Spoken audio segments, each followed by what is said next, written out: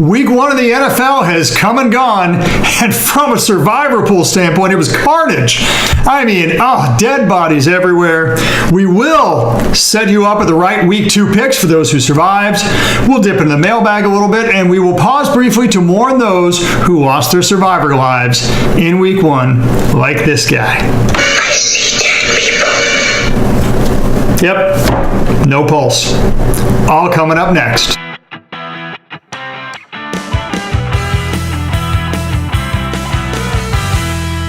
Hello, everyone. I'm Gary Kurtzman.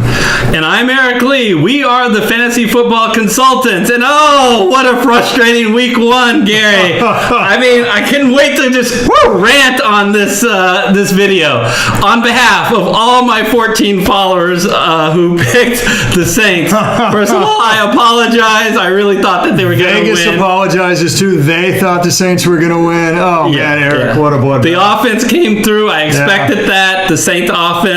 They stopped the Buccaneers' rushing attack. I expected that. What I did not expect was old man Ryan Fitzpatrick throwing the ball for over 400 yards. And the Saints just weren't, if you're watching the game, guys were just wide open. It wasn't like he was the Saints secondary is on the back of a milk carton today. Yeah. They were nowhere to be seen. Yeah. God, I thought that was absolutely dreadful. It was dreadful. But we have to move on, at least those that are still alive. In our survivor pool, we start with 45. And unfortunately, we're saying goodbye to 14 of you who picked the Saints. We're also saying goodbye to 8 who picked the Lions, who got upset on Sunday night by... destroyed. Yeah, actually... Destroyed by the Jets. Yeah, on Monday night. But and rookie Sam Darnold. Yeah, and I was surprised. I was really sad to see one of my favorite viewers, Bob Dobolina, also get eliminated as he went a little out on a limb to pick Tennessee. You struggled, Bob. You had to watch 10 hours before that game was finally over, before the Saints, at least before the Tennessee loss. At least the Saints, it was quick and painful. Anyway, so let's talk about, survivor pools are for the living. Those are survived. Talk about those who survived. Let's talk about the winners. 22 winners out of 45. 19 of you all listened to my pick, which was Baltimore, and that really worked out well. Thank goodness. Otherwise, boy, would that have been carnage. Holy moly. 3 people that was giving a little bit of a shout out, though, Eric. I mean, Jamal Polk went with the Packers. Boy, you must have been sweating that game, Jamal, but way to go pulling it out. Richie Ray's Bengals. I love that pick, Richie. That's an underdog. I love it. And, of course, Stephen Martin picked the Panthers. They came through for you. So all that went great. 22 people are surviving to Week 2. All right. And all of those 22 people, listen very closely. To make your pick for Week 2, this is the Survivor preview show for Week 2. So you need to enter it in the YouTube comments of this video. Don't enter the comments in another video. Don't email us. Because guess what? You'll be eliminated. And of course, don't forget the pick. You'll be eliminated. Now, let me do a clarification on, thankfully, nobody picked the Steelers or the Browns in Week 1 because I don't think we were super clear. So I will be clear on this video. If your team does not win, you are eliminated. So if your team ties, you don't get to move on. Right. So let's talk about the Week 2's picks. Which are the games that you should be focusing on? We have 4 games that are important that you should be looking closely at. It's the Rams hosting Arizona, the Saints hosting Cleveland, the Chargers are at Buffalo, and the Washington Redskins are hosting Indianapolis. And it's very interesting. Early results on the Yahoo pool, the Chargers and the Rams are the teams that most people are picking. Gary, what would be one game that you would probably have to stay away from?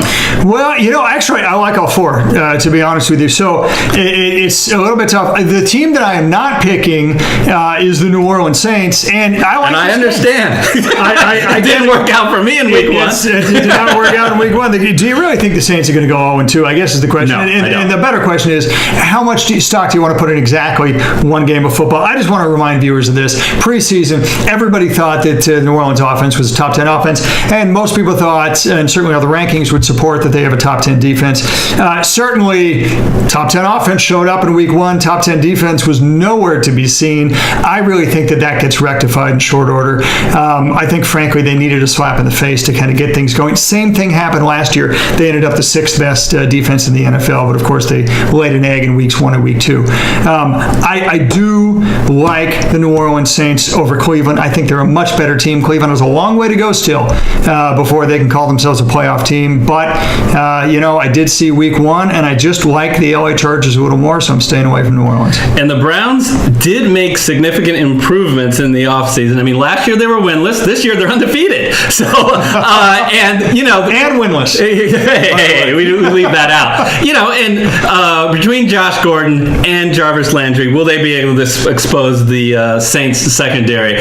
Maybe. I think unlikely, but I think it is more likely than who my pick is for the week. So I want to eliminate also the Washington Redskins.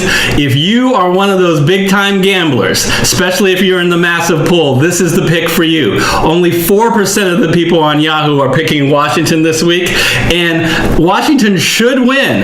It's just, the Colts have struggled on both sides of the ball on the line, but they do have talent, and Andrew Luck actually looked pretty good in week 1, looked more like his old self, so I could see an upset here, but again, the logic to pick this game is that the Redskins probably, this is one of their best likelihoods of winning all year long, but I'd rather, again, get more evidence and pick the Rams. So I am not alive in the pick, Gary, but I wanted to give you what I think will happen.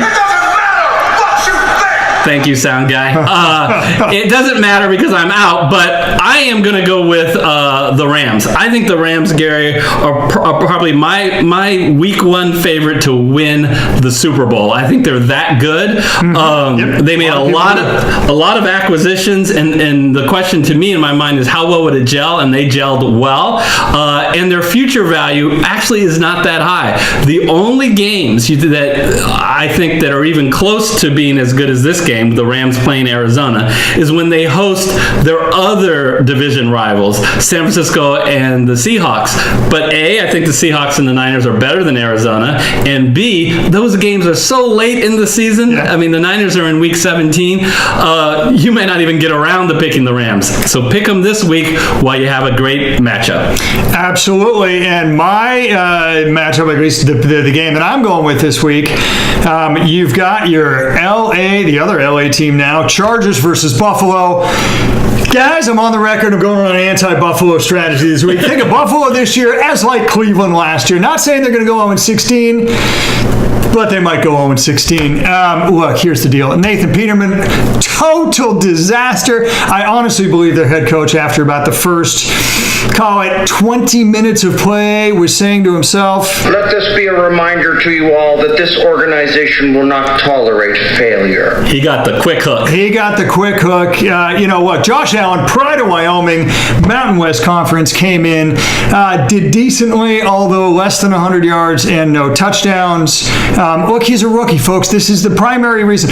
Buffalo, their receiving core is on the back of a milk carton, not to overuse that phrase. Kelvin Benjamin, if that's the best you can do, he's been just a bitter disappointment his entire career. And LaShawn McCoy, oh man, guys are stacking the box 8 deep against LaShawn McCoy. They have no offense. That's the bottom line, folks, and their defense isn't good enough to carry them. I honestly believe the Chargers, it's going to be a rout, just like it was a rout, in week 1 when Buffalo lost 47-3 versus Baltimore. I just think that strategy makes perfect sense. The Chargers are a top 10 offense and defense. I would go pick the Chargers, and I wouldn't lose any sleep over it. A couple things different, though, in that Baltimore and Buffalo game, and Buffalo would have just lost 47-6. So we are ready, Gary. Welcome. Gather around, everyone. Well, let's see what's in the mail. What's this? A letter for me. Our first first letter comes from Jason Harris, who writes us, I totally love your channel because you don't have any fluff and you're not at all conceited. You don't see us when we're off camera. But if you ever need any kind of financial help for your time and effort, please let us know because I'm sure we'll be willing to contribute, especially since your channel is growing. Jason, thanks so much. I want to thank you, and I want to thank all of our viewers for all of your positive comments. That's really what fuels us. Obviously, we don't get paid for doing this, but it's great to feel like we're making a connection with all of you guys. That's our goal, to build a community. So we really appreciate that. Yeah, absolutely. It matters a lot to us. It really does. Thank you. Our focus is all about growth this year. So we're not asking for our viewers to give us money. We're not going to be advertising either on our blog or on our videos.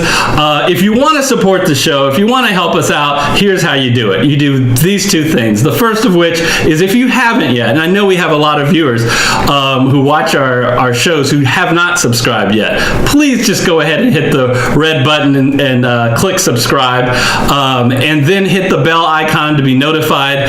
We're going to do videos every Wednesday, but guess what? Sometimes we're going to send out maybe a timely video for some information. You want to know when that video comes out. If you hit the bell icon, you'll get an email notifying you that a new video is out. Secondly, the other thing you can do is share our content. Anyone who loves the NFL or loves fantasy, share our videos with your friends, your family, even your league mates, your competitors, we'd really appreciate it. So let me go to another mailbag here. It's from Bob Dobalina. This was actually sent before the season, but it's an issue we wanted to catch up on after 1 week. He says, I have to disagree with you guys on Christian McCaffrey.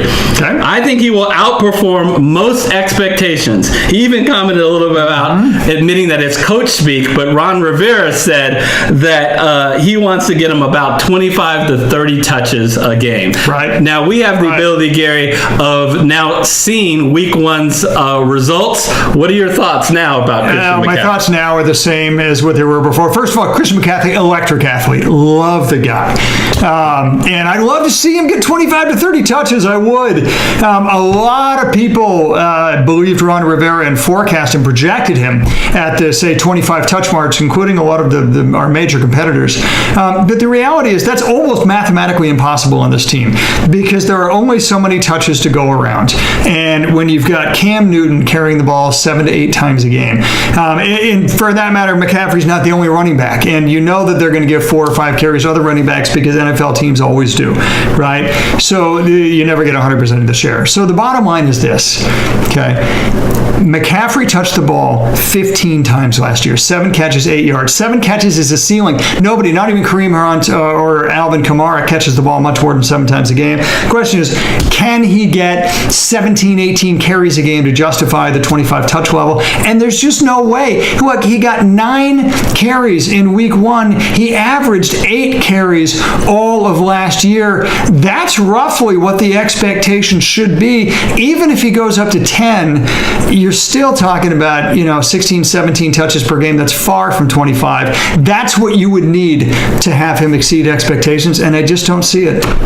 Okay, so yeah, it was interesting, Gary, that even though he was on the field for 85% of the snaps, he just didn't get the carries. Only 10. He was beat out by Cam Newton, and C.J. Anderson did have a significant amount. Before we sign off, we have to remember that we need to go to the Survivor Pool and get our Survivor panel picks.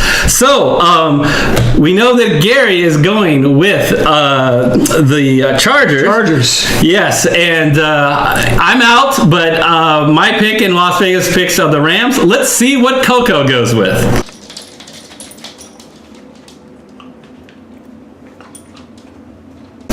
Coco is now picking the Rams. And Gary, what does Michael, the Whiz Kid, go? Michael, the Whiz Kid, went with the New Orleans Saints. He obviously doesn't think they're going to go 0-2. All right. So, if you're still alive in your pool, congratulations. I'm still a little bummed that I am out and a dog and a 12-year-old is in. But until our next video, we will see you next time. See you then.